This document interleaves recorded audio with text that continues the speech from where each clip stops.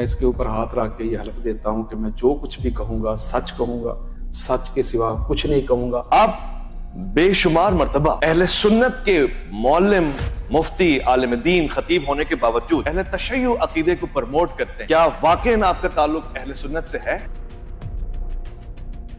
یہ علم دین کس مدرسے سے سیکھا ہے؟ کہاں سے آپ کی فراغت ہے؟ کیا وہ مدرسہ غیر سنی مدرسہ ہے؟ یہ حق آپ کو کس نے دیا ہے؟ آپ اپنی سحر بیانی اور شعلہ بیانی کے تحت لوگوں کو گمراہ کرتے ہیں۔ کسی کے فضائل بیان کرنا، کسی کی عظمت بیان کرنا، کسی کی رفعت بیان کرنا، کسی کی افضلیت بیان کرنا، اس کا ہرگز یہ مطلب نہیں کہ دوسرے کی تنقیص ہو رہی ہے۔ تم لگتے کیا ہو سنیت؟ مامے لگتے ہو تم سنیت کے۔ مجھ پر فائرنگ ہوئی ہے، میں نے آپ کو حلف دیا ہے۔ آپ کی دیے ہوئے بیانات پاکستان میں انتشار کی فضا پھیلا رہے ہیں۔ میں وہ بات کرتا ہوں اہل بیت اطہار کے بارے میں جو حق ہے، جو سچ ہے، جو قرآن ہے، جو حدیث ہے، جو امہات المومنین کے عقائد اور نظریات ہیں۔ وکیل کاروائی حاضر ہو۔ سلامتی ہے ان آنکھوں پہ جو ہدایت پہ نظریں جمائے بیٹھی ہیں، ان کانوں پہ جو ذکر خیر کے منتظر رہتے ہیں، اور ان قدموں پہ جو ہدایت کی راہ پہ گامزن ہے۔ السلام علیکم ورحمۃ اللہ وبرکاتہ۔ تمام تعریفیں خدائے بزرگ و برتر کے لیے جو وحدہ لا شریک ہے، نہ کوئی ثانی نہ کوئی ہمسر۔ درود لا محدود محبوب رب الحدود، راحت العاشقین مراد المشتاقین حضرت محمد مصطفیٰ، آپ کی آل پاک، آپ کے جانثار انصار اور اصحاب پر۔ دھنمن آپ دیکھ رہے ہیں عالم اور آئین۔ میں محمد اویس ربانی آپ سب کو کہتا ہوں خوش آمدید۔ یہ پروگرام علم کا پروگرام، عدالت کا پروگرام ہے۔ اس میں فرضی طور پہ عالم دین کو اور ہمارے مہمانوں کو اس عدالت کے اس خوبصورت مقام پر دعوت دی جاتی ہے، اور یہاں سے وہ سوالات شروع ہوتے ہیں جو آپ کے سوالات ہیں، وہ اعتراضات جو آپ کسی بھی شعبے کو لے کے اس شعبے کے نمائندہ سے پوچھنا چاہتے ہیں، اور وہ سوالات جو آپ عالم سے بطور طالب علم پوچھنا چاہتے ہیں، یا پھر وہ نقد یعنی تنقید جو آپ اس کے حوالے سے کرتے ہیں۔ اس پروگرام میں آپ ان تمام سوالوں کے جوابات پائیں گے جو ایک معترض کی حیثیت سے آپ اپنے دل میں کسی کے لیے بھی رکھتے ہیں۔ اور میں داد دیتا ہوں ان لوگوں کی کہ جو اس پروگرام میں آ کر بوانگ دول بہادری کے ساتھ ان تمام اعتراضات اور سوالات کے جوابات دیتے ہیں۔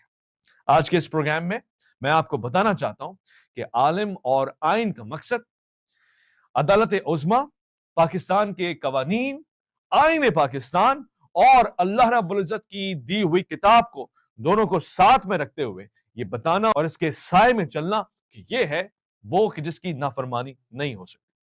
اللہ رب العزت کی وحدانیت اور اس کی حاکمیت اس ملک کا سب سے اول اور پہلا قانون ہے، اور پھر اسی کے سائے تلے سائے خدائے ذوالجلال میں دیگر قوانین بنے۔ میں پاکستان پینل کوڈ کے کچھ سیکشنز آپ کے سامنے رکھنا چاہتا ہوں، جس میں سب سے زیادہ نمایاں 298 ہے۔ 298 کے اس سلسلے میں اگر کوئی شخص کوئی بھی آواز، کوئی بھی لب و لہجہ یا کوئی بھی ایسا انٹینشنلی کام کرتا ہے، نیت رکھ کے کام کرتا ہے کہ جس سے دینیات کو نقصان پہنچتا ہے اور مذہبی معاملات کو نقصان پہنچتا ہے، تو اس کی سزا 1 سال ہے۔ ایسے ہی 298A ہے، 298B ہے اور 298C ہے، اور ان تمام قوانین کے تحت 3 سال تک کی سزا ہوتی ہے، جس میں وہ تمام چیزیں شامل ہیں کہ جو مذہبی اقدار اور اسلامی روایات کو نقصان اور ٹھیس پہنچانے کے ذمے میں آتی ہے۔ یہ معاملہ چونکہ لوگ نہیں جانتے، لہٰذا ممبر، مجالس، محافل اور خود کسی بھی اسٹیج سے ہونے کے پیش نظر میں نے اس پروگرام کو کرنا ضروری سمجھا۔ 295 کا یہ شق یعنی یہ پینل کوڈ کا سیکشن بہت امپورٹنٹ ہے کہ جس کے نتیجے میں 2 سے لے کر 10 سال تک کی سزائیں ہو سکتی ہیں۔ اب اس میں A، B اور C موجود ہے۔ A میں آپ ڈیلیبریٹلی کوئی ایسا عمل کرتے ہیں جو کسی کی انسلٹ ہوتا ہے، جس میں مقدس شخصیات بھی آتی ہیں اور ریلیجیس بلیفز یعنی عقائد بھی آتے ہیں۔ 295B جس میں ڈائریکٹ قرآن شریف، قرآن حکیم، فرقان المجید کے حوالے سے ایسے جملے، کلمات یا غلط تعویلات یا پھر وہ چیزیں جو اس کی روح اور متن کو ٹھیس پہنچاتی ہیں، وہ سب آتا ہے، اور اس کے لیے عمر قید کی سزا ہوتی ہے، یعنی جب تک رہیں گے زندان میں رہیں گے۔ اور یہ حق ہے ہر اس شخص کا کہ جو قرآن شریف، فرقان المجید کے حوالے سے حد اسرائی کرتا ہے۔ 295C کوئی بھی ایسے ریمارکس، ایسے جملے، ایسی لکھت پڑھت، ایسا متن یا کچھ بھی ایسا جو سرکار ختمی مرتبت فخر موجودات مقصود کائنات خاتم الانبیاء رحمت للعالمین کے خلاف توبہ توبہ سوچا کیا یا پھر اس کو پرموٹ کیا جائے. یہ تمام چیزیں پاکستان کے قوانین میں شامل اور ایک مسلمان کا آئین بھی ہے اور اس کا دستور بھی ہے اور اس کا حوالہ بھی ہے. ان تمام چیزوں کے لیے گہری سزا رکھی گئی ہے. آج عالم اور آئین میں ہم جس سلسلے کی طرف آگے بڑھ رہے ہیں وہ اسی کے پیش نظر ہے، اور پھر اس کے اندر رہتے ہوئے وہ تمام اعتراضات جو عالم دین کے اوپر اٹھ سکتے ہیں یا کسی بھی ایسے شعبے کے نمائندے کے اوپر اٹھ سکتے ہیں جو شعبے کا اسکالر ہے، اس سے ہم جواب لیں گے. میں آج کے اس پروگرام میں خوش آمدید کہنا چاہتا ہوں ایک ایسے عالم دین جو اپنے حوالے سے اپنے پاس رکھے ہوئے حوالہ جات کو دنیا بھر میں پیش کرتے ہیں، ببانگ دول پیش کرتے ہیں، ڈنکے کی چوٹ پہ پیش کرتے ہیں. انہیں روکتے ہیں مگر یہ نہیں روکتے. ان کے اوپر لوگ اعتراضات اٹھاتے ہیں مگر ان کو کوئی فرق نہیں پڑتا. آج میں نے وہ تمام اعتراضات ایک بار پھر سے ان کے سامنے رکھنے اور ان سے ان تمام سوالوں کے جواب لینے. میں خوش آمدید کہنا چاہتا ہوں، بھرپور تالیوں میں استقبال کریں گے علامہ یاسین قادری کا. علامہ یاسین قادری حاضر ہو.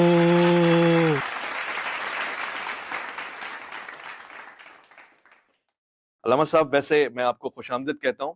آپ اس وقت تمام لوگوں کے سامنے ہیں اور یہ تمام سوالات آپ کے سامنے ہوں گے کہ جو آپ پہ اعتراض کے طور پہ اٹھائے جاتے ہیں. کیا آپ تیار ہیں؟ بالکل، میں 100% تیار ہوں. اور دوسری بات یہ ہے کہ یہ پروگرام آپ کا لائیو جا رہا ہے یا ساری دنیا دیکھے گی، تو میں آپ کو واللہ باللہ تعالیٰ یہ کہہ رہا ہوں کہ آپ کے مائنڈ میں کوئی بھی کویسچن ہے، کوئی بھی سوال ہے، میری طرف سے آپ کو اجازت ہے. اللہ اور اللہ کے رسول کو میں گواہ بنا کے کہہ رہا ہوں کہ میرے دل میں اتنی سی بات بھی نہیں کہ یہ نہ پوچھیں، یہ نہ پوچھیں یا اس کو کاٹ دیجیے گا. میں حلفاً آپ کو کہہ رہا ہوں جو بھی آپ کے مائنڈ میں ہے، دل میں ہے، یا جو لوگ آپ کو کہتے ہیں، ہر قسم کا سوال